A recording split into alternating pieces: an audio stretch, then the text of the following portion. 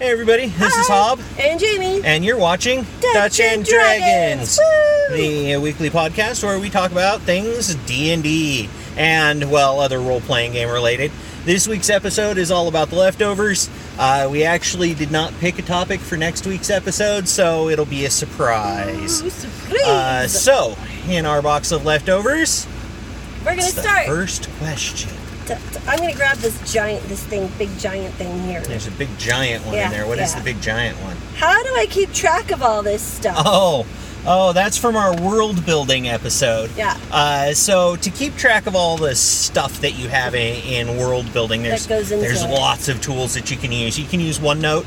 You could use Evernote, which are both electronic notebooks. You can use just plain old notebooks. There's a tool called WorldAnvil.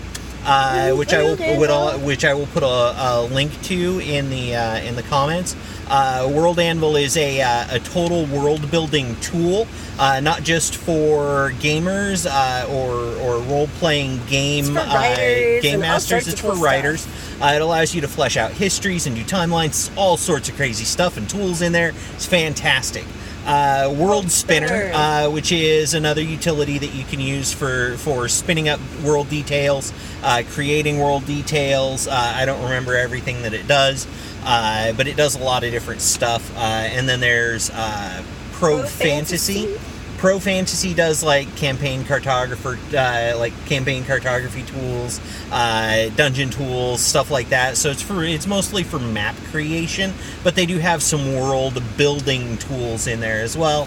And then there's a tool that I use called RealmWorks, which is just an installed version of what WorldAnvil does. And RealmWorks is really cool. Because their tool allows you to basically fast link to events contextually. It will link items together for you automatically so that you don't have to do it. So there's Gesundheit. Thank you. It's a hell of a sneeze. So there are tons of tools out there, and I'm sure that there are a ton of tools that I haven't included in that list, but there you go. We'll link them. I put that where you can find it. Oh, so good. You can link them later. Alrighty, next question. Because I'll forget otherwise. How do I address or prevent item hoarding in players? We've touched on this before. We have. So I'm just going to touch on it really fast. I find there are two ways. There's honey in the stick. Honey is basically reward them for using it. Like, oh, you used a health potion. Look, you found 5 more. You know, So it's not this thought that I won't have it when I'm going to need it, because there's always more to find. I find that item hoarding generally is a trait attributed to role-playing game, video role-playing game players, because you never know when you're going to need that health potion for the next bigger boss. Yeah, you hoard all of the high healing items and eat crap tons of apples. You know? Right. That's just how it goes. Which is a terrible plan. But this is what we do. The other thing to do, and I do this sometimes, is I make items expire. Like, if I give them an item, if I'm giving out a magical item that I feel is going to be useful to them in the session that I am running, what I will put on the back of my item, I hand out little item cards, because our players are very visual. And on the back of it, it'll say, this is going to expire. At the end of the session, it will be no more.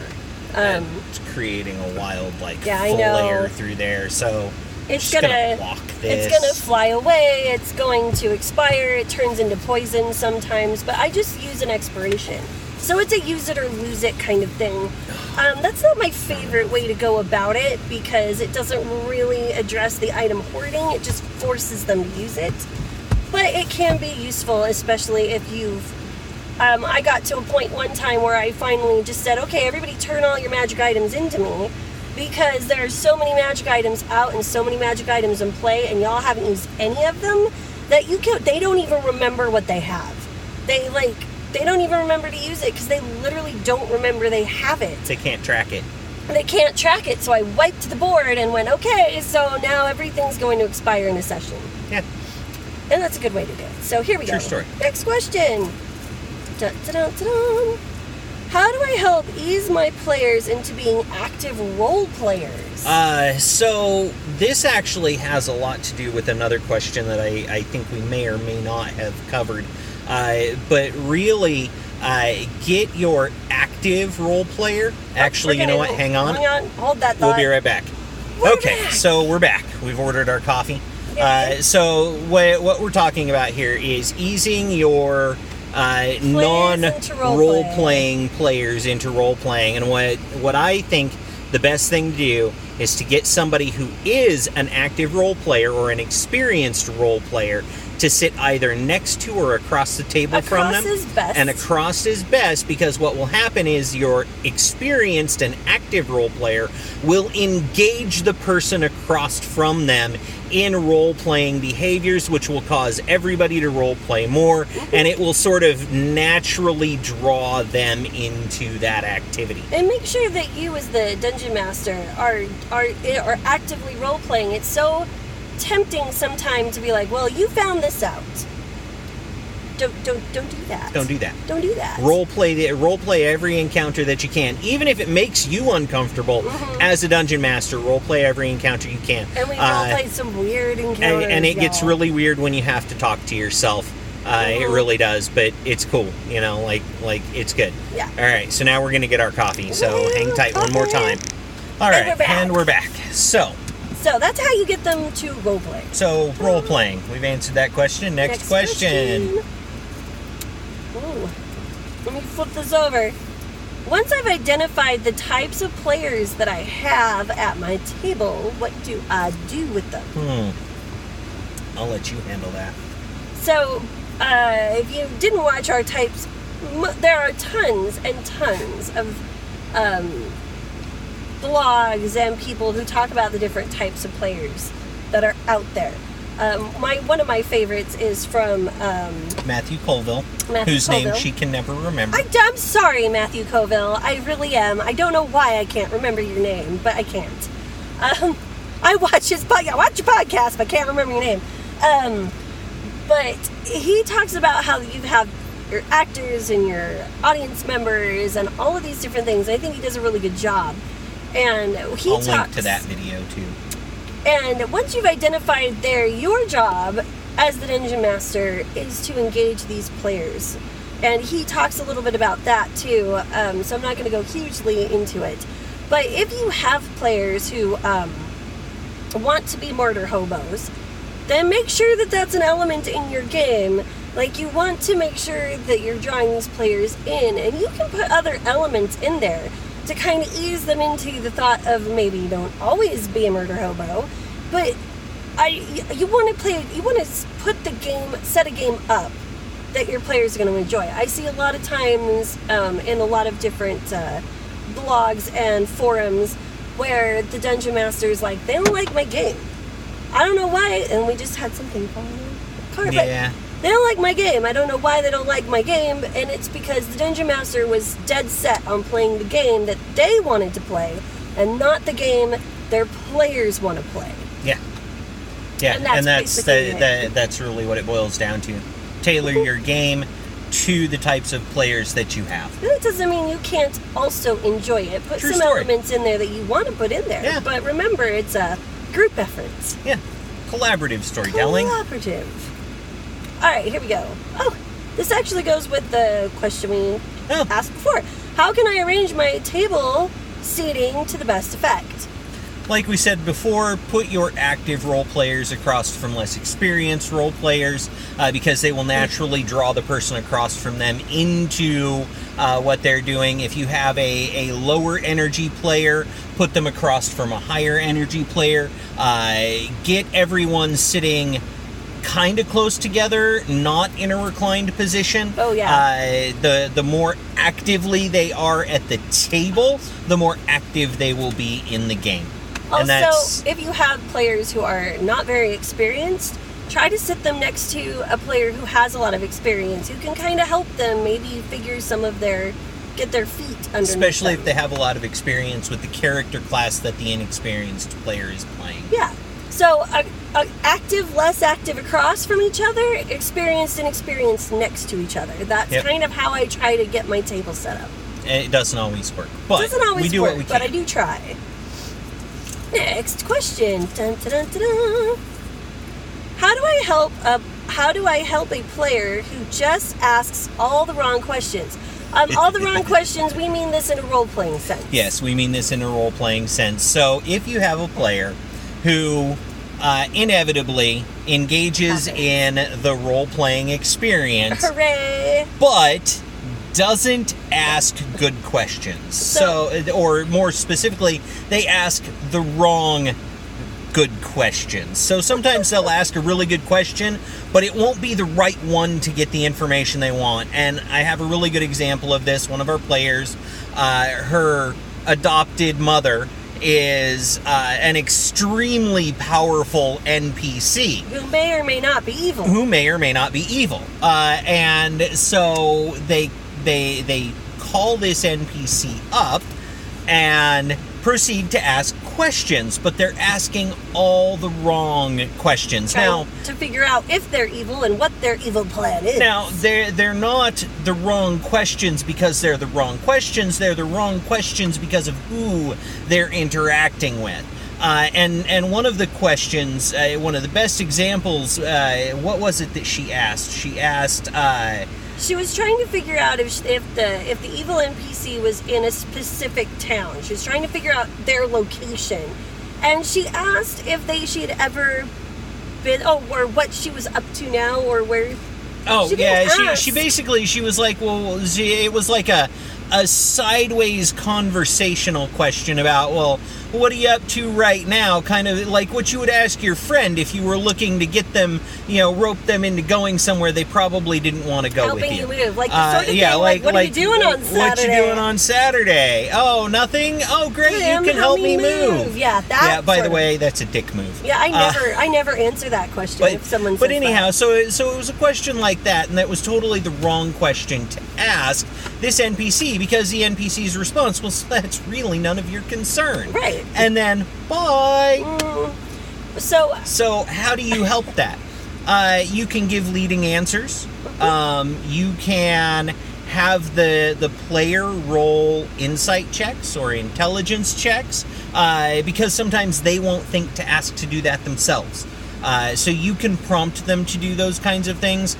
You can also just give them the answer that they're looking for. Sometimes that's worth doing, sometimes it's not. And really you have to massage it in... you have to massage your interactions in those cases. So you have to decide, am I going to just give them what they want to know, or am I going to give them some BS answer? A lot of times I give them BS answers. Sometimes when they are just really off the mark. I had one instance where they had this NPC, they were supposed to be grueling for answers, but they were asking just all the wrong questions. And they were talking to each other while they were doing this, and they would say something like, oh, well, what if this is a copy or a duplicate or a doppelganger of this other person? And then my NPC pipes up with, oh, we all have doppelgangers where I come from. Like they're trying to interject themselves into the conversation between two other people. And that kind of went, oh, okay, so now we're going to shift gears and ask different questions. So sometimes an offhanded comment like that can get them back on track. Yeah. And again, you have to gauge the situation and decide exactly what information you want them to get out of the interaction. Ooh. Monsoon season is not good enough. It's making my eyes look crazy. All right, next question. Oh, I forgot to take an allergy pill. Oh, well. Uh-oh. Life will go on. He's going to die later. It may be unfortunate. All right, so next question. Why isn't the DM giving me obvious quest pointers, or why isn't there a quest marker? Because it's not a video game I'm RPG. Sorry, video game players. It's just not.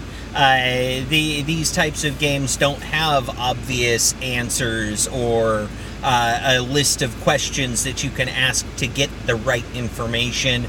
You have to take notes and work with what you're given. And sometimes that's not always ideal, because the idea is that you're supposed to be interacting with people, and people don't always give you the answer that you're looking for. And often because maybe they don't have it. And I'm sorry, there's no glowing pea trail to follow to get to wherever it is you're supposed to go. You're going to have to figure that out on your own. Glowing pea trails, man. But the short answer is not a video game RPG, and that's why. Yeah, that's basically why. We're sorry, poor video gamers. Next question. We're just sort of blowing through the leftovers. What is the player's responsibility in telling the story? Ooh, that's a good one. Players, what do you do when you tell the story?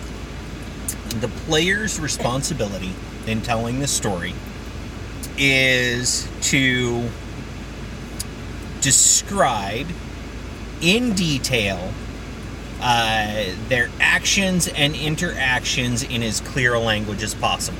That's the short answer. That is the very short answer. The really long answer is they have as much responsibility in storytelling as the game master does to provide color and character to the world around them. Now that can include inventing the place where they were born, where they grew up, their life events, people that they may interact with. That can include describing things that they find that may not necessarily have to do with the story itself, but add flavor to the game and to the world. They have a responsibility to adding color to the NPCs. They have a responsibility to do as much description of their attack actions or of their failures, of their successes, of their not eithers in the world as the game master does. I've said this before, but I've had major plot points in my game change simply because the players have grabbed onto something that they have created a story around. And I go, well, that's much better than what I had in mind, so we're going with it. Yeah. Because a lot of times I want to reward them for being and interacting. So if they grab onto, we're going to go seek a magic bone, even though there was never a magic bone in my world to begin with, I might be like, and now there's a magic bone! And suddenly you have Wirt's bone in the game. Yeah. But that's the sort of thing. If they have a lot, and especially if they create a logical reason. Like, okay, so logically, A and B and C all have come together to create D, which is this magical bone. I didn't see it, but they did. So we're going to go with it. And sometimes if they're wrong, it's okay to let them be right. Yeah. It just is. It just is. Because that adds a lot of flavor to the game and rewards them for attempting to interact with the story and the world. And then they feel accomplished. They feel like they figured it out. Like they figured it out. Like they got something over because they knew what was going on before you did. Yeah, and then a lot of times they do know what's going on before I do. Oh, yeah. Okay, yeah. We have time for one more leftover? One more. All right. One more leftover. Hope it's good. Let's hope it's good. Is a story even required? It is a good one. So... Do you have to have an overarching plot for your world? No. And yes. The short answer is no. And the short answer is also yes. So... You can have an overarching plot. It's not required. You can do lots of small, self-contained one-shots or adventure modules that aren't necessarily linked together. It can also be a really great idea to have stories in your world that are linked to an overarching plot, or an overarching story, but maybe they're not necessarily all directly tied into it, but they have pieces that fit into it. Think about it like you're creating a television series rather than a movie. Yes. In a television series, you're going to have tons of episodes, and some of them are just filler episodes that focus on the relationships between the characters, or the relationships between the characters in the world, and some of them move the overarching plot forward. But every episode is satisfying. It's got a beginning, a middle, and an end, even if it ends on a cliffhanger. Yep. Watching an episode of something should be a satisfying experience. And I equate that to going into a Dungeons & Dragons session The session itself should be a satisfying experience with a beginning and a middle and an end. Yep. And even if the end is a cliffhanger, even if the end is we made it to the door to the mystical temple and we don't know what's behind the door yet. Yeah. But it should be satisfying. And then the overarching plot line could be linked in these episodes, linked in some of the episodes, linked in some of the places that they go. So they can explore the world, but the overarching plot line really only shows up at certain points on the map. These are all very, very good ways to go about playing D&D. Do you have to have an overarching storyline? No. You could just do episodes that don't have an overarching plot. There are lots of television shows who do that feel satisfying. Sort of a monster of the week sort of a series where there doesn't have to be an overarching plot. You simply have whatever weirdness it is attacking whatever town at the time. Yeah, that day. So that is a valid way to play. So no, you don't, but you can. And I feel like the overarching plot is a very nice thing. But the most important thing is to make sure that every session, every little session, every contained episode itself is a very satisfying experience for your players. Yeah. So I tell people, don't think of it like writing a book and don't think of it like writing a movie. You're writing a television series. That is good advice. And on that note, we are out of time for today.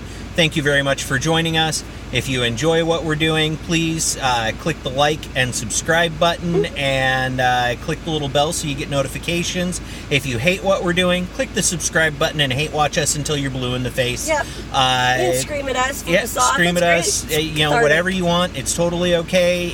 Please leave questions, comments below, and we will add them to our episodes. And since we didn't think of a topic beforehand, just ask us anything. Yeah, ask us anything and we'll fit it in.